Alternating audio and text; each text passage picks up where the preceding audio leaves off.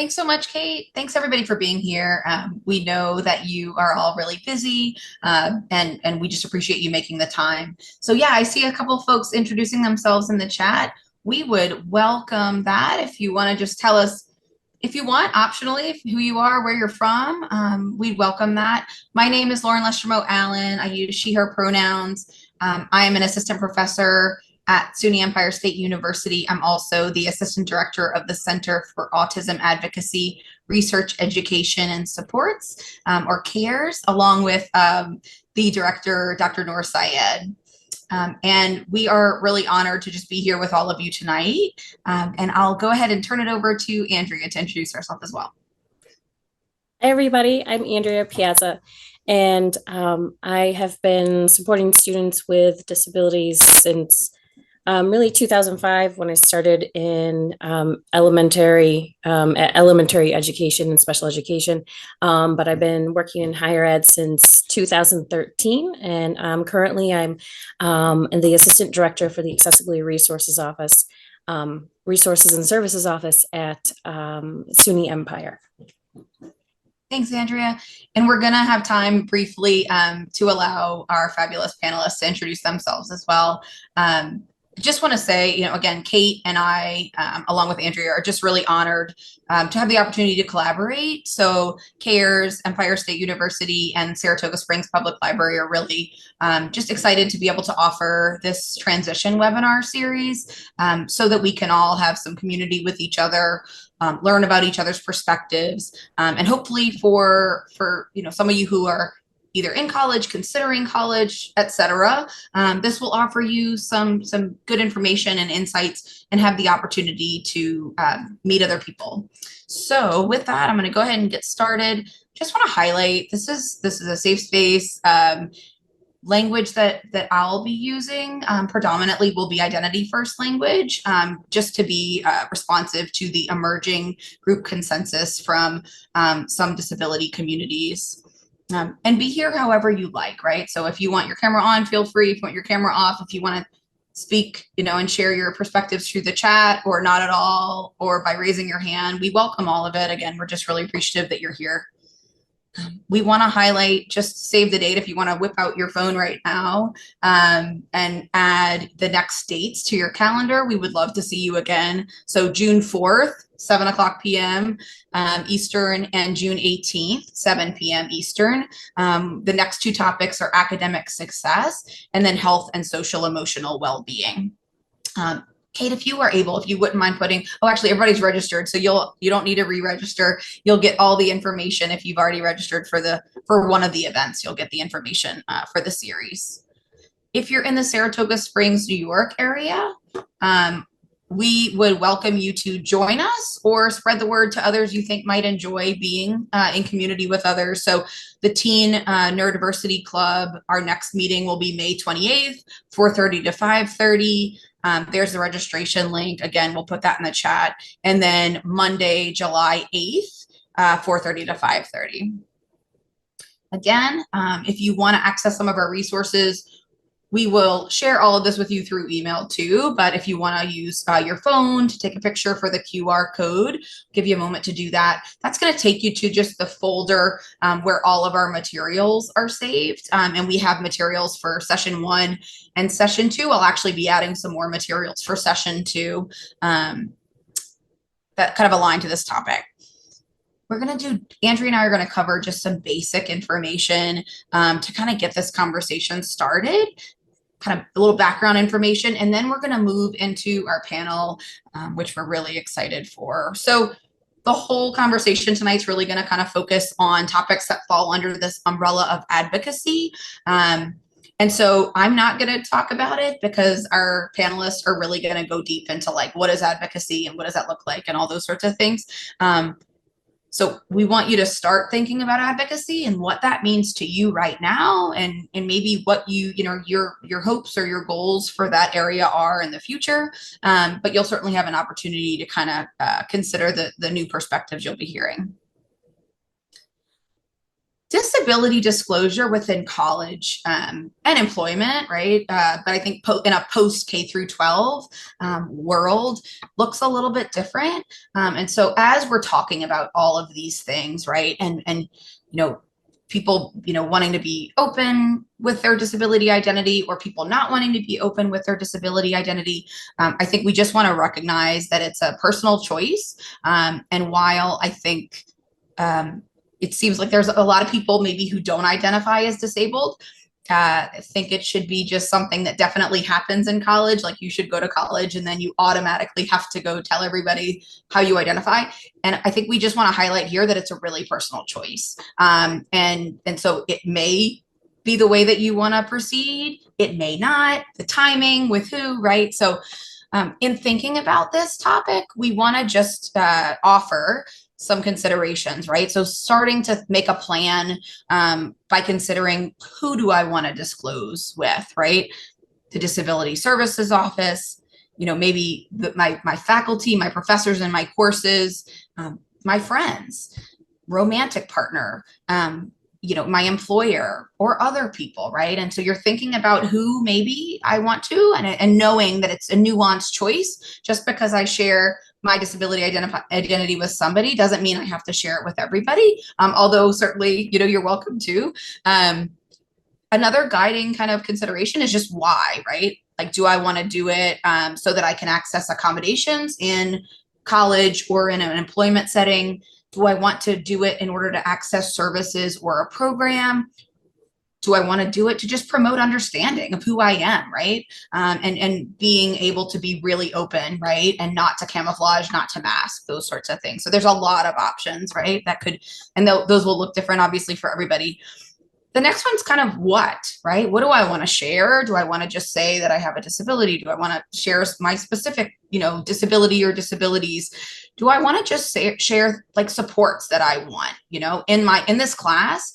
I would really like, some extra time. I'd really, benefit from notes. In my workplace, I'd really love a cubicle that's a little more quiet so that I can focus and do my best work. And then how do you want to have that conversation with somebody? Through email, a phone call, a video call, right? With video on or off, an in-person meeting. Do I want to have, a close friend, colleague, family member, a support person present? Do I want to have notes or a script present to guide the conversation? So again, just as you're thinking about these things, know that the decision is yours. And there's all these dimensions that you can consider and kind of make a plan. And certainly we would say, if you want to even practice it, right? So that you really are able to communicate the message the way that you want and you feel really good about it, thinking about a friend or family member or somebody that you would really trust to kind of do that with. All right. So, here we go. Sorry, it's going to go completely not the way I intended it to. Sorry about that, everybody.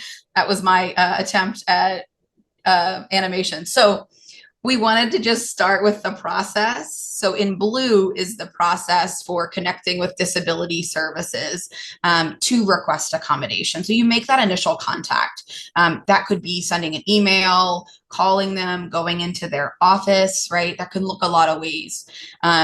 And if you don't know how to do that at your university or your college, right? Maybe that's asking your advisor, admission staff, how can I contact disability services? I would like to request accommodations, right? So we wanted to kind of offer these sample scripts to just, as one way forward. Although the way that this can progress can look a lot of different ways. After you're able to connect with disability services, you can then make that request for accommodations. So maybe that looks like, I need some help completing this form or application with the disability services personnel. How can I contact disability services, and asking for their support and having that initial conversation. Within that conversation with the disability services personnel, you're gonna identify that you have a disability, right? And so that might look like saying, I am blank, I have blank, whatever the case may be. Next, often you're going to have to provide some form of documentation. The way the documentation that a specific office provides can look different, really depending on your higher education institution. So asking that question, right? What can I use for documentation? In a lot of cases, many individuals, right, don't have a formal diagnosis, don't have formal documentation. Maybe they've had a diagnosis since they were very young and they don't have paperwork, documentation, et cetera, to kind of support that. So that's a conversation. That can be a question. I don't have documentation. What can I do? Next is really moving into, what do you want? What supports would do you think would help you demonstrate your knowledge and learn comfortably, all those sorts of things within your coursework, within your higher education living and experience, right? And so identifying those possible accommodations that you need and that you want. So that might look like, oh, well, extended time is really helpful for me. Or it might just be, it's really hard for me to test in a large classroom due to the lighting and the sounds there. And then last, after you've worked with the disability services personnel and you've received those approved accommodations, then often it would fall on the student to provide that notice to the course instructor. Some universities, right, SUNY Empire does it a little differently, for example, and the disability services personnel send an email to the instructor each term, copy the students, et cetera, which is a wonderful way to approach it. Not all universities do it that way, and often the onus is really on the student to do that. So that could look like, Dr. Smith, here's a list of my approved accommodations. Can we meet to discuss how these will be provided in Site 200, right? Or how should I get my extended time for the exams and so forth, right? And with that, I will pass it over to Andrea. Thank you. So here's we're going to talk a little bit about types of accommodations that are potentially available depending on the individual and the barriers they experience. So some things like extended time for testing, exams, time testing exams, maybe sometimes for assignments. What some things about a separate location, perhaps taking a test with several other students presents as a barrier for students. Having a reduced distraction environment, a break during the exam, get up, stretch for a couple of minutes, walk around, go, get a glass of water or something, having a calculator available during an exam, having a note taker in class, that will allow the student to be able to focus on processing and retaining the information, and then having those additional notes, which would be provided from the university. Access to audiobooks, being able to read along with the text, but then to also listen to the text being read out loud to the student. Perhaps students have a need for sitting in a specific location within the classroom. Perhaps it's all the way in the front for certain reasons, and then others, it might have to be all the way in the back. Accessible and specific housing, dorms, residential halls, things of that nature, as depending on their needs regarding outside the classroom, if they're going to be attending a university and staying on campus. Some things that may be hard to get, I apologize. Give a guess. Maybe hard to get would be extensions for specific assignments, like things that perhaps it's group work or you have to work with a partner. That might be challenging, and now she's having fun playing. I apologize for the bell and the ball. Alternative testing format, that's not to say it's not possible, but these are things that the university really needs to look at. Where's the need, where's the barrier for the student, but also upholding the objectives. So that would be looked at to make sure they're not reducing those standards. Test directions read out loud. Universities may have a reading option available, not not all, but that might be a possibility. And then extended time to complete degree requirements. That is a little bit more involved. Usually each university has a process for how they consider that. At Empire, it might be an incomplete, and there is a process for students to request an incomplete. Assistive technology and other services are also something these offices, disability accessibility offices, are familiar with to share with students.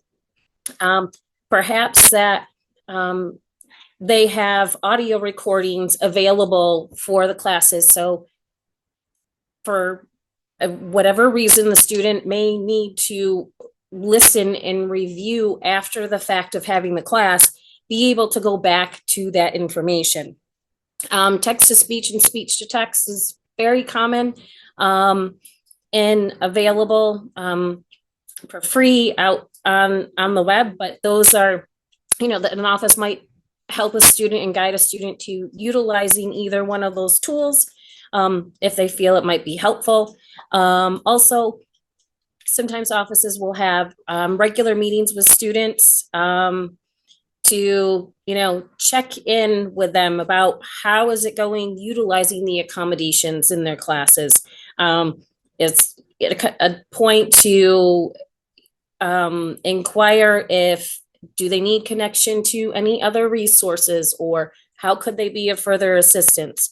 And then alternative ways to evaluate, such as perhaps, sometimes classes may have an oral presentation as part of an activity, and maybe a different format would be considered, as long as it's, showing the same knowledge the student is able to represent, what they have learned in at the same level as the other students. So oral presentations versus written tests is just an example of that.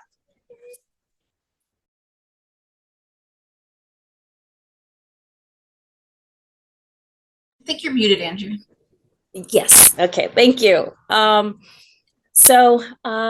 Supports. We love supports.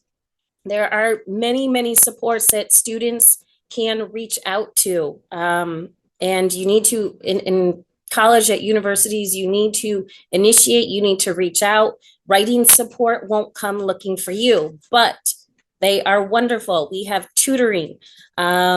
If you're taking a specific course and you need help with the ideas and the concepts that you're learning, you can request tutors. There's writing support. Whatever stage of writing that you're at, you can get feedback and suggestions, recommendations on how to improve your writing. Executive functioning coaching. I have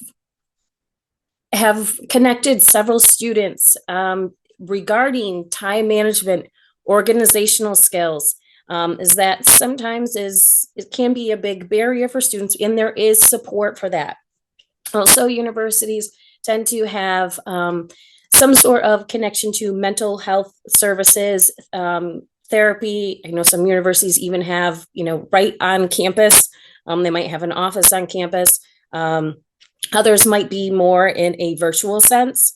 Independent living support might be provided at some universities, along with transportation supports, and there's many others. Depends on the university, maybe on the time of year, but the resources are there. Students just need to be proactive and reach out and say hello, ask a question, send an email. Thanks so much, Andrea. Yeah, and I think we'll hear a lot more about some of these from some of the panelists and just how they've approached it.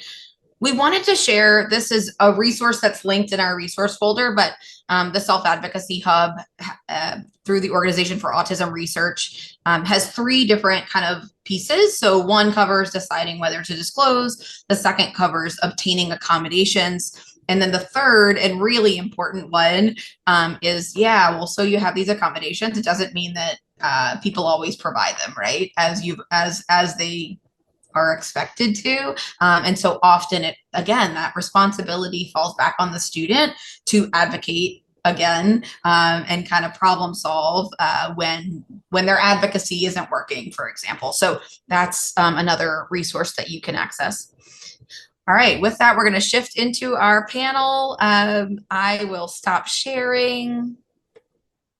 Okay, I'm going to spotlight all of you and stop spotlighting Andrea. Thanks for hanging with me, everybody. Spotlight. Let's see. Ben. Spotlight. Let's spotlight. And Brian at spotlight. All right. I think I have everybody. Cool. We'll go ahead and start with introductions. I'm going to go. Chloe, do you mind kicking us off with an introduction? Yeah, of course. So, hi, everybody. My name is Chloe Maribel Davidson. I am a UCI alumni from, well, UCI stands for University of California at Irvine, a part of the sister schools at UCLA and UC Berkeley. I am currently a community service leader for the City of Irvine's Disability Services, where we lead our social recreational programs for people with disabilities. And I'm really excited to be here. Thanks so much, Chloe. Brian. Hi guys, my name is Brian O'Donnell. I've been with SUNY Empire for a little while now. I'm so confused when it comes to the whole term and semester because I came from a different college. I actually went to college back in 2007 and I failed out because I didn't know about all of this, which I'll talk about later. But I am a human services and community major. I'm ADHD, I'm HIV positive, LGBTQ, and I am neurodivergent. I never had the help when I was younger, so I'm here today to share with you how I got the help and how it helped me succeed. Thanks so much, Brian. I'll go to Eric next. Hello, everyone. My name is Eric, and I'm a graduate from Manhattanville College. I graduated with a Bachelor of Arts degree, majoring in global and international studies, and I minored in philosophy and French.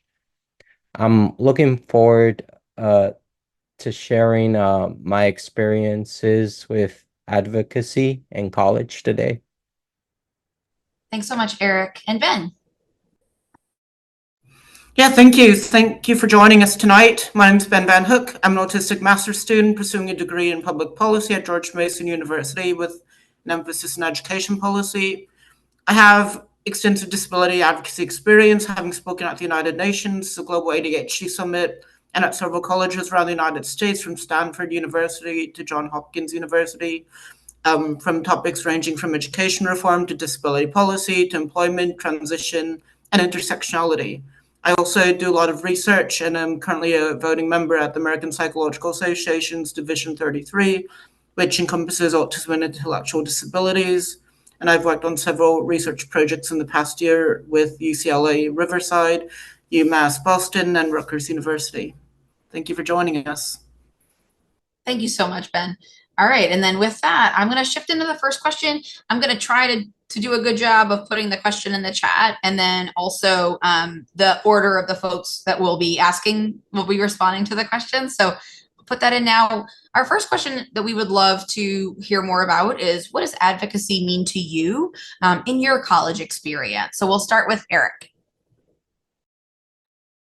What advocacy means to me in my college experience is asking for the accommodations and supports you need in college and disclosing your disability. Thanks so much, Eric. Anything else you wanted to share? And advocacy in college means asking for what you want and putting yourself out there. Absolutely. Absolutely, Eric. Thank you so much. And next we'll go to Brian. We'll skip Brian. We'll go to Ben. Yeah, so advocacy was really important to me in college, and it really started with me getting to know myself. My advocacy began with self-advocacy. After all, how can I advocate for others when I don't even know how to support myself? So when I was a freshman in 2017, nobody knew me. Nobody knew who I was, what I needed, and many people didn't know I was disabled. Therefore, nobody would have been able to provide me the supports I needed. Advocacy was really hard for me at first, as there was a lot of trauma I carried from childhood. As a child, I was often scolded or punished for advocating for my needs. My parents would call me needy, lazy, disobedient. They'd accuse me of making excuses if I couldn't get something done exactly the way they expected me to. I remember several times in my high school when I was crying over my algebraic problems because my parents took away my calculator and wanted me to solve it the long way. During holiday parties, I was expected to be out with my extended family every second of the day. It got very exhausting and overwhelming, so I tried supporting myself by going into my room to take a break. But 5 minutes later, my mother would come storming in, saying, "Grandma's not going to live forever," or "We didn't drive all the way up here for you to stay in your room all day." School was very similar: high school, middle school, elementary school. My efforts at self advocacy and self care were often shot down and dismissed. I wasn't allowed certain accommodations by my teacher. For example, when I asked to go to the bathroom because I just needed a break from masking and sitting still in class, I was told you should have gone before class. When I asked to like wear a hat because the fluorescent lights were just bothering me and I couldn't focus, the teachers would say wearing a hat is disrespectful. Or they would go on and on about head lice. When I asked to use my headphones to I listen to apologize. music, I'm back. As it helped me focus, my teachers would weaponize the concept of equality by saying, "I can't let you do this because I would then have to let everyone do it." Strangely, some accommodations like extra time and using a computer was allowed for me. But as such, beginning college was a nightmare for me. I didn't know how to advocate for myself, and I felt a lot of guilt if I did. My roommate, for example, was very messy, and he played video games till 2 a.m. I didn't know how to tell him that he needed to clean up for after himself, and I didn't know how to tell him politely how to turn his game down at night. Halfway through the semester, the structures holding my bed in place broke, meaning my bed was slanted to one end. And for the last 2 months of my freshman spring term, I was basically sleeping on the floor. I didn't know how to contact Res Life and was afraid of having to pay for damages that weren't even my fault, and therefore I just did nothing about it. I finally learned I needed to advocate for myself when my grades began to slip. In the beginning, I wanted to be involved with every on campus event and activity. I was a part of 3 on campus clubs and a school play. And I just committed too much time to it, and I was at risk of losing my scholarship at one point. I met with my advisor midway through the term, and she told me I needed to learn how to say no to things, how to set my own boundaries, and how to turn different opportunities down. More importantly, she told me that I could still be involved, but maybe I wouldn't attend every single club event. And she gave me a few prompts as to how to politely turn down different invites. And this sense of compromise has helped me ever since. And it's made me more comfortable saying no to things and kind of offering out an olive branch if I can't really do something in that moment. And it's a lesson that just really stuck. I could always say, I can't do it this time, but maybe next time, maybe next week I can hang out.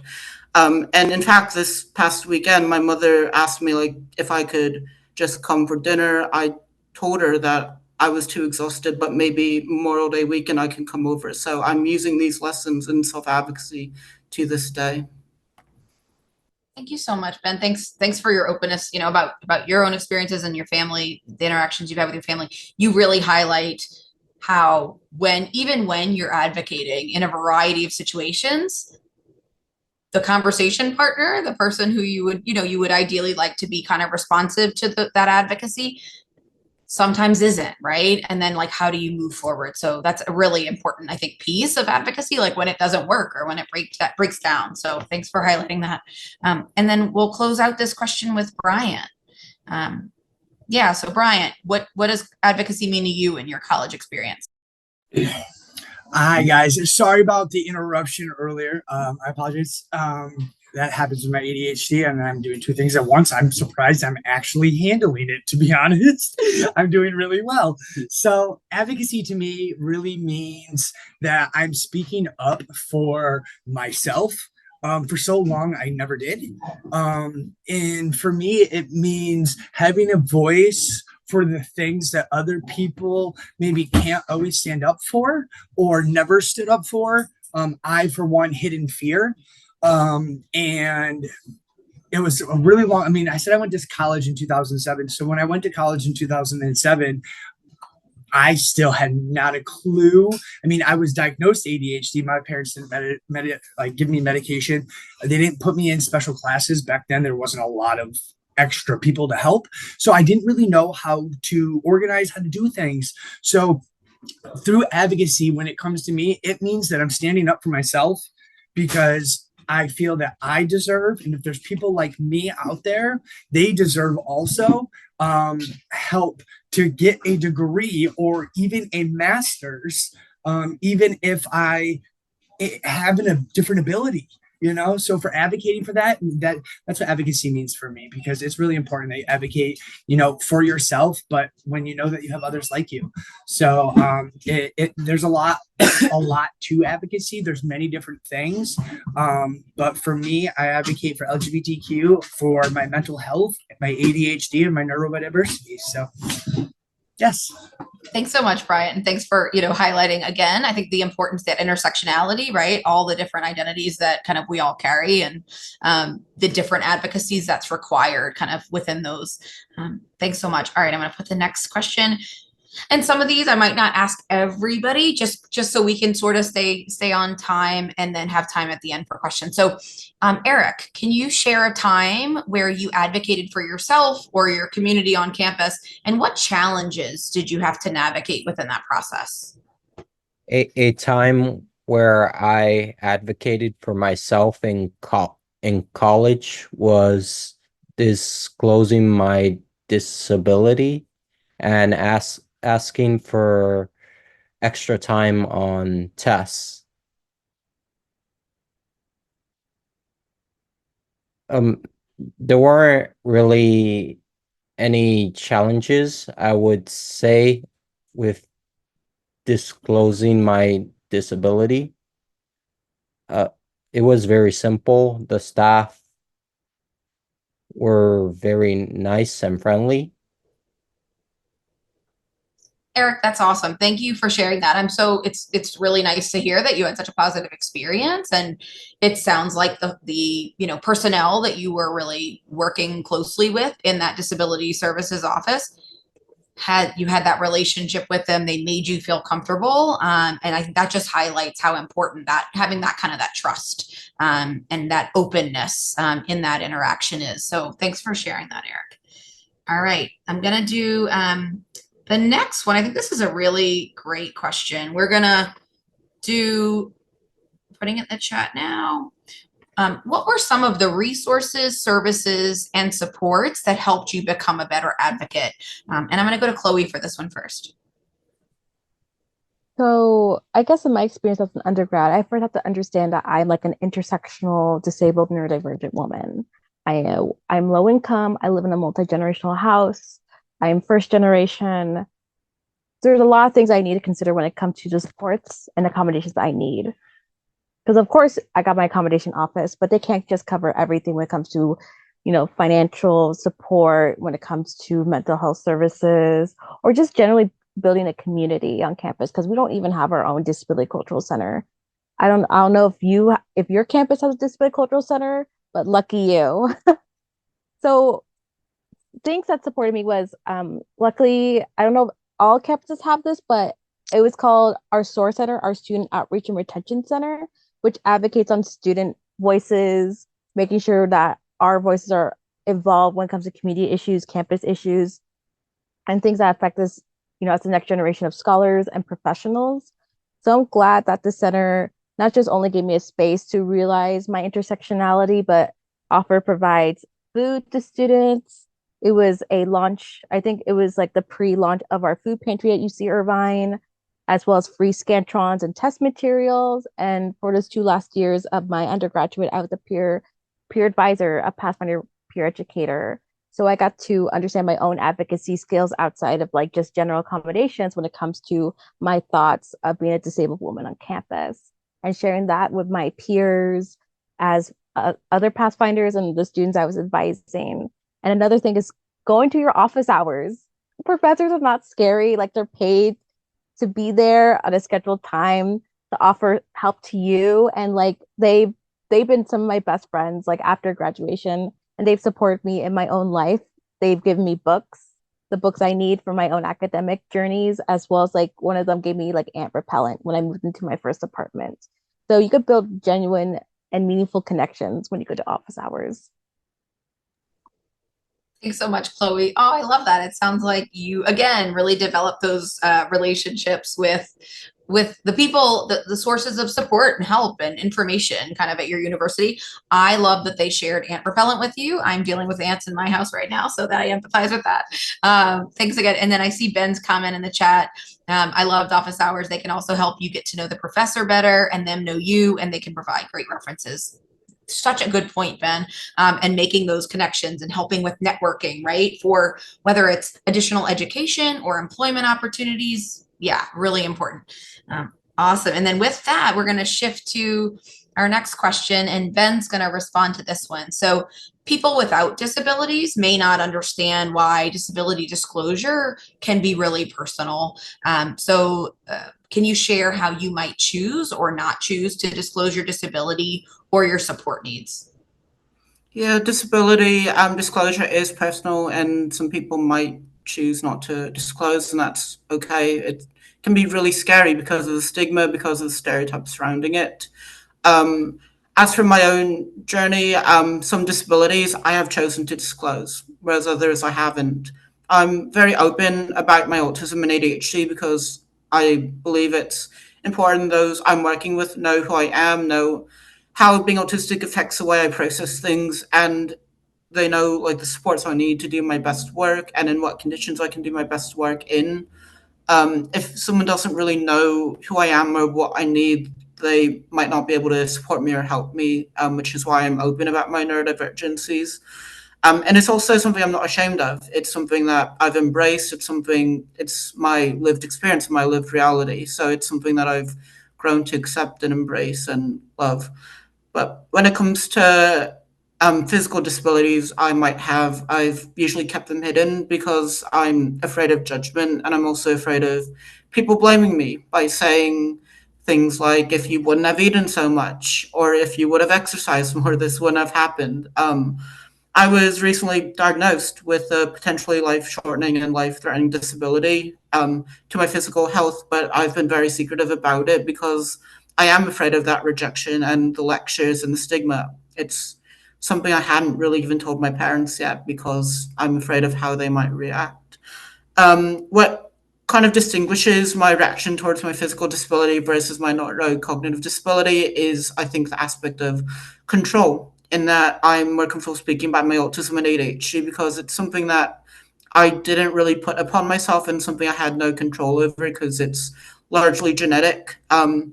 And for the most part, people have been more like understanding and accepting. However, with certain physical disabilities like the one I was recently diagnosed with, there's oftentimes less forgiveness I've seen other people go through because there are like certain environmental lifestyle habits that people often point to instead of like feeling empathy. You're often met with people who just try to make you feel bad about yourself. So it's something I've just kept hidden and just kept secret because of that shame and stigma surrounding it.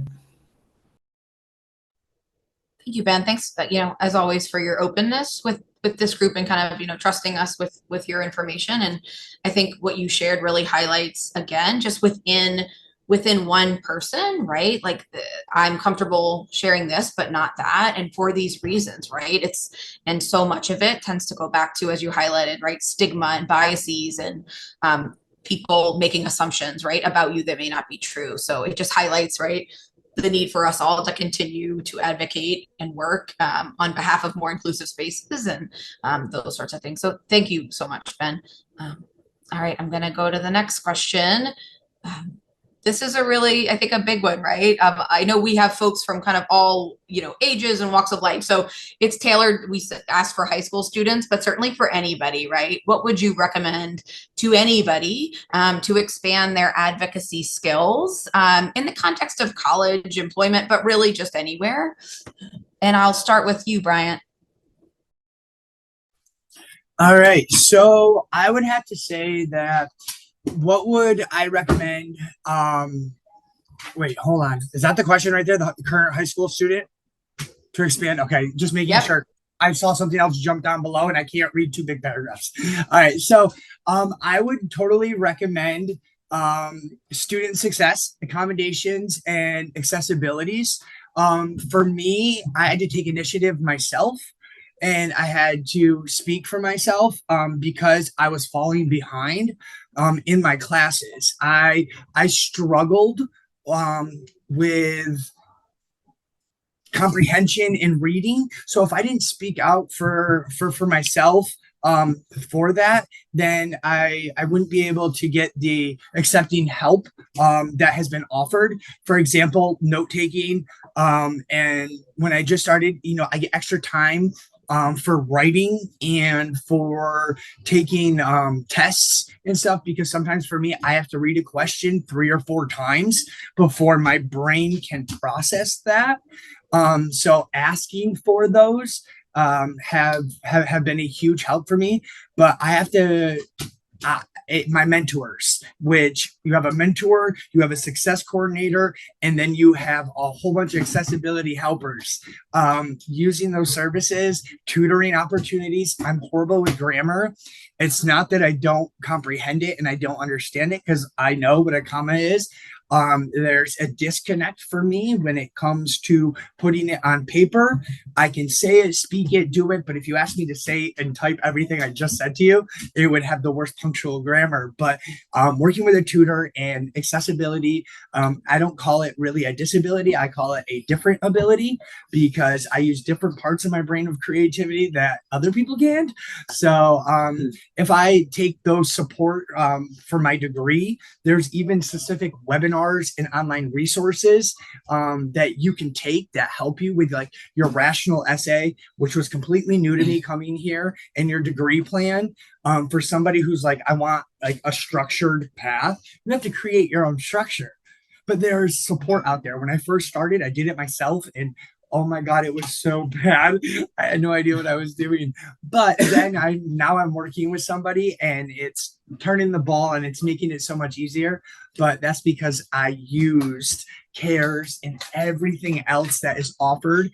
But it's because closed mouths don't get fed.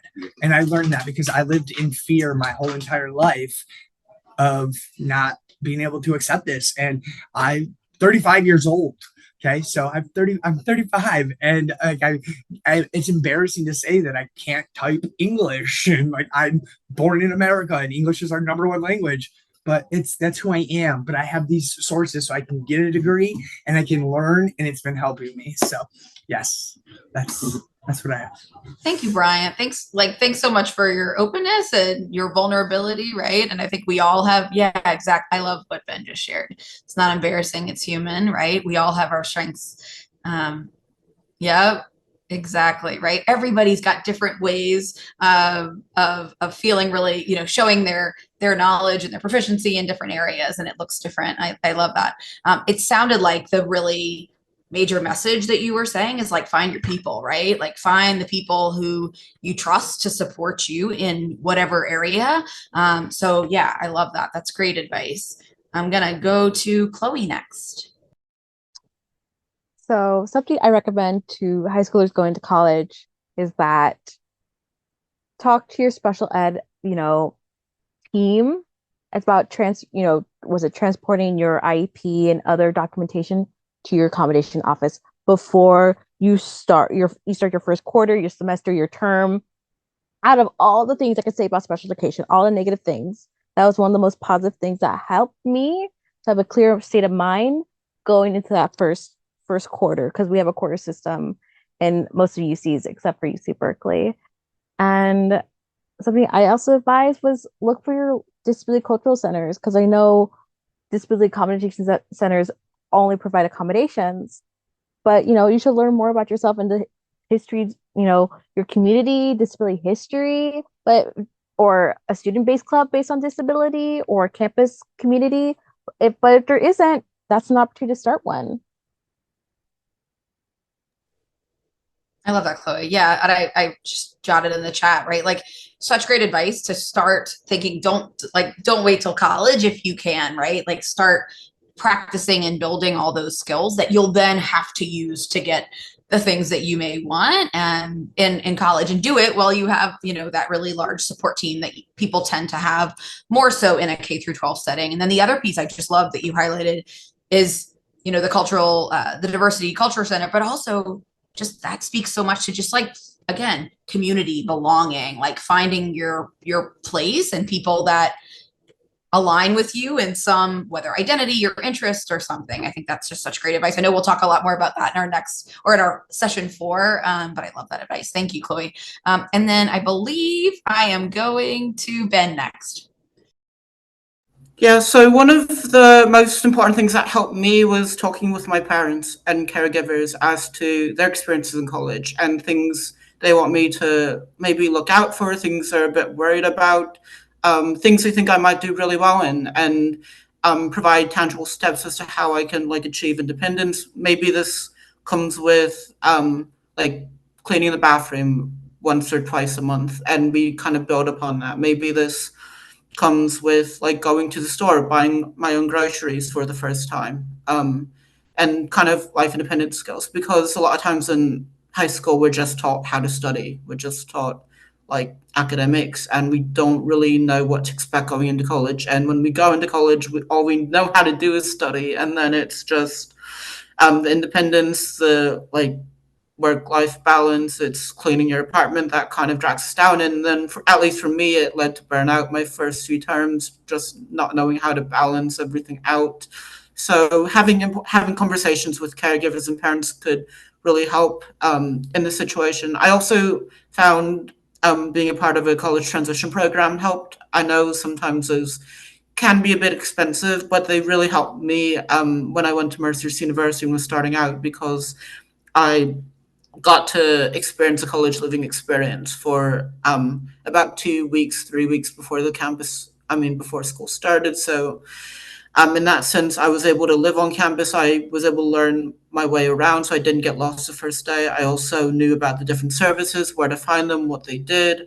I also learned about the academic rigor, because in my program, I had to take 1 3-credit class. So I learned how to study and just how to manage my work and life balance.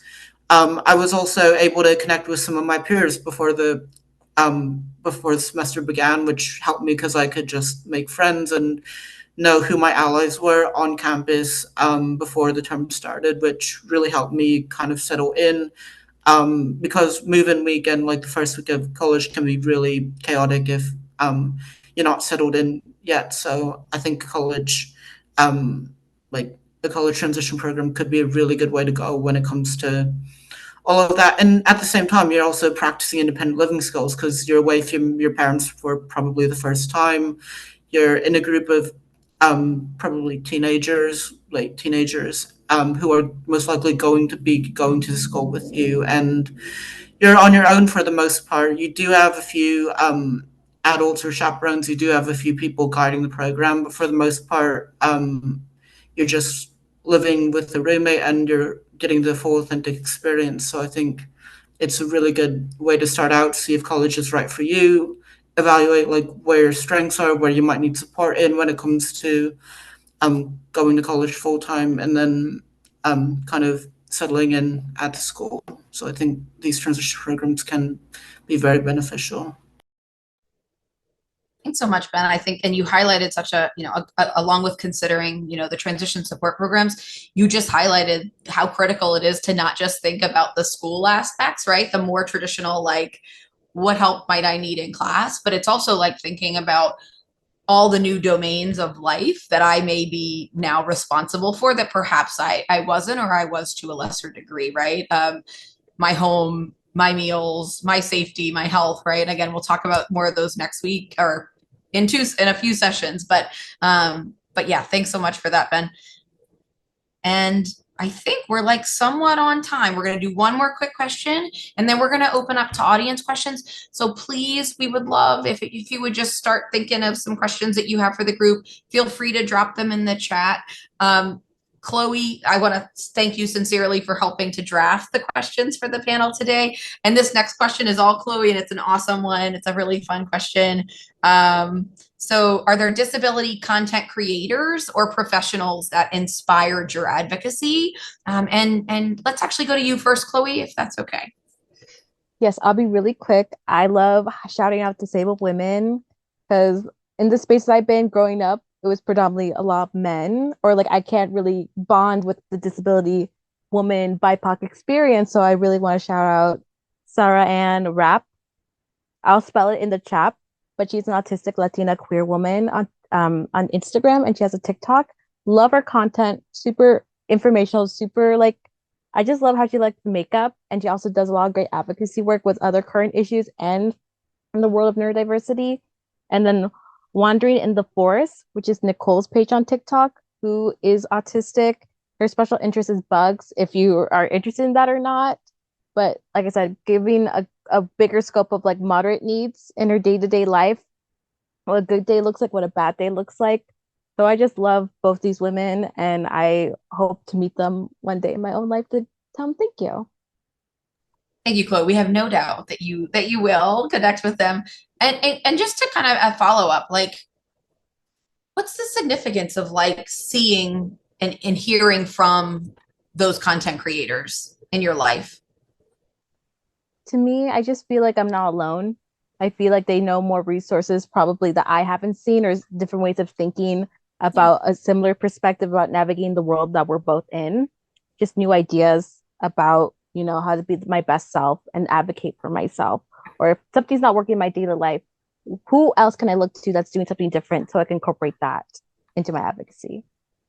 Thanks so much, Chloe. I really appreciate you. Thanks for responding to that one on the fly. Yeah. And Brian, we would love to hear from you. Any disability content creators or professionals that have inspired your advocacy? Yeah, I would have to say my advocacy kind of started in recovery. So I'd have to give a shout out to Florida JC Recovery Center. They really gave me my faith and showed me some 12-step programs because I am a substance use disorder that I have. It's been 2 years, so it's really good. But on top of that, there's also people, because I'm HIV positive and I'm a gay male. I have to give a shout out to, my gay men community. It's called Gay and Sober. And then my HIVSauceWithMe.org people. They have, it's amazing the family that, when you don't really think that like I call it my status and my labels. I mean, my titles, because I wear them with a badge of honor, because most people are kind of living the internal stigma of them. I live on the part that like I wear the crown with all of my little titles that I have, just because it makes me uniquely who I am. But following those people, Ja Love, he's a drag queen. He's HIV positive. He's been a spokesmodel for the New York State Department of Health for like 9 years. There's just these people that are on Instagram and TikTok that I've been following for a really long time that are either ADHD or pain like me. Because of my addiction, I got into a car accident, which made me disabled, which I had my neck fused together. I broke my back. And so sometimes I can't type, and sometimes my fingers don't move, and sometimes I'm shoulders are stiff. There's just certain things that I have to deal with. But being able to have a safe space and follow these people who've like either been through certain things. I don't know if you guys watch MTV Challenge or not, but there's someone on there who literally just lost his leg, and now he's like my new inspiration that I'm following, because like he's in recovery and now he's sharing his story because he got into a drinking driving accident. So those people right there inspire me, because I see him turn his life around. I see him asking for help, getting that help, and then being vulnerable enough to give it out. and give it away, that encourages me to keep pushing forward. Because believe me, there's many days where I just want to throw the laptop at the wall and I want to give up. But if it wasn't for all these ladies that are up above my head here, that are all in this accessibility, like it wouldn't be possible. So even them for helping connect us to all of these services. So those creators up there, I'm very inspired by them this year, because this is my first year of actually getting the help that I needed and advocating for myself in the educational department. I've done it in the health, but education, I've stayed away. I've never gone back to school because I lived in fear. And today I'm here in school and I'm almost going to graduate with an associate's and then a bachelor's before you know it, in December. So I'm excited. But yes, thank you. That's it. Awesome. Thank you, Brian. Yeah, no, again, thanks. Everybody's just so, y'all are so open and honest. And I think just it's so wonderful to learn more about your lives, because it teaches everybody so much more about kind of the different ways that we can approach different situations and hearing those different perspectives. Brian, I just love, you highlighting, again, all your different kind of identities and other people that you have that shared experience with, and like how valuable it is to your life, just like Chloe's, to kind of connect, right? It highlights that belonging, that community, those sorts of things. And I also appreciated you kind of, again, highlighting that nuance, right? You have advocated and sought access, support, and services for other aspects of yourself, right? And then you turned it this year into education. And so that was a new kind of domain. So again, highlighting the different ways we can connect with the supports and services that we want at a time that makes sense for us. So I think that brings us to the end of our prepared questions. As always, just so many thanks and gratitude to the panel for being here and for just sharing your wisdom and your perspective. Y'all are always amazing.